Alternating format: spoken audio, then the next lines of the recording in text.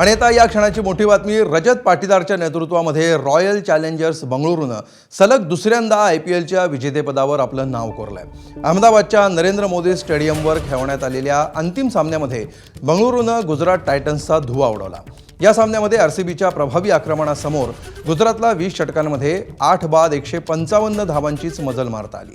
त्यानंतर विराट कोहलीच्या दमदार खेळीच्या जोरावर RCBनं 156 धावांचं हे आव्हान आरामात पार केलं। विराटनं आपला अनुभव पुन्हा एकदा पणाला लावत RCBला ही ट्रॉफी जिंकून देण्यात मोलाचं योगदान बजावलं।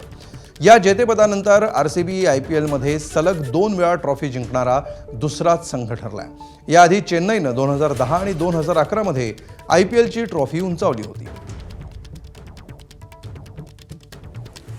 आणि अधिक माहिती घेऊया आमचे प्रतिनिधी सिद्धेश कांसे सध्या आपल्या सोबत आहेत। सिद्धेश, RCBने पुन्हा एकदा सलग 2 वेळा IPLची ट्रॉफी उंचावलेली आहे, कसं वर्णन करशील आजच्या त्यांच्या खेळीचं? अमोल, देर आहे दुरुस्त आहे असं मी म्हणेन। ज्या टीमनं 17 वर्ष IPLच्या ट्रॉफीसाठी वाट बघितली त्या टीमनं, त्या RCBनं गेल्या वर्षी पहिल्यांदा 18 वर्षानंतर IPLची ट्रॉफी जिंकली आणि आता पुन्हा एकदा तीच टीम IPLची विजेती ठरली आहे। सलग दुसऱ्यांदा या टीमनं कमाल केली आहे। रजत पाटीदारच्या नेतृत्वात यंदा IPLच्या मैदानात गतविजेते म्हणून उतरली होती रॉयल चॅलेंजर्स बंगळुरूची टीम आणि त्या टीमनं साखळी फेरीमध्ये 9 सामने जिंकले, टेबल टॉपर ठरले। क्वालिफायरमध्ये त्यांनी गुजरातचा धुव्वा उडवला आणि आता पुन्हा एकदा फायनलमध्ये त्याच गुजरातवर मात करत IPLचे चॅम्पियन्स ठरले आहेत RCBचा संघ। आणि या सामन्यात कुणाचं कौतुक करावं तर ते विराट कोहलीचं। 19 वर्ष ही स्पर्धा खेळतोय विराट कोहली, त्यामुळे आणि त्या अनुभवाचा फायदा त्यांना आपल्या टीमला करून दिला। गेल्या वर्षी त्याने टीमला चॅम्पियन बनवला आणि आता पुन्हा एकदा 75 धावांची नाबाद खेळी करून विराट कोहली शेवटपर्यंत मैदानात राहिला। 156 धावांचं आव्हान त्याने पार करण्यात मोलाची भूमिका बजावली आणि RCB पुन्हा एकदा चॅम्पियन ठरली आहे IPLची।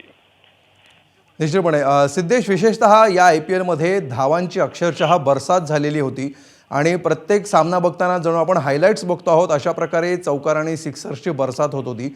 या सगळ्यामध्ये आज RCBने जो आपला गेम प्लॅन केला त्यांच्या प्लॅनिंग बद्दल काय सांग? अमोल, RCBच्या समोर आज होता गुजरातचा संघ फायनलमध्ये आणि गुजरातच्या टीममध्ये RCBनं हेरलं होतं की या टीममध्ये संपूर्ण स्पर्धेत पाहिलं की 3च खेळाडू खेळत आहेत ज्यांनी या स्पर्धेत गुजरातसाठी चांगली कामगिरी केली। ते 3 खेळाडू होते, त्यांचा कॅप्टन शुभमन गिल, साई सुदर्शन आणि जोस बटलर। हे 3 खेळाडू जे प्रमुख खेळाडू आहेत गुजरातचे, त्यांना लवकर बाद केलं तर आपण गुजरातला रोखू शकतो आणि तोच गेम प्लॅन RCBचा यशस्वी ठरला। सुरुवातीला या तिघांनाही लवकर बाद केलं।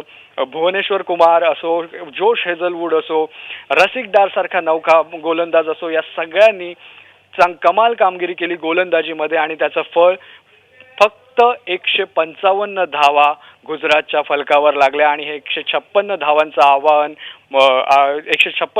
आव्हान RCBच्या खेळाडूंसाठी, RCBच्या फलंदाजांसाठी कठीण नव्हतं, कारण या पूर्ण स्पर्धेत त्यांच्या फलंदाजांनी दमदार कामगिरी केली आहे। विराट कोहली हिरो ठरला। निश्चित, धन्यवाद सिद्धेश या सविस्तर माहितीबद्दल।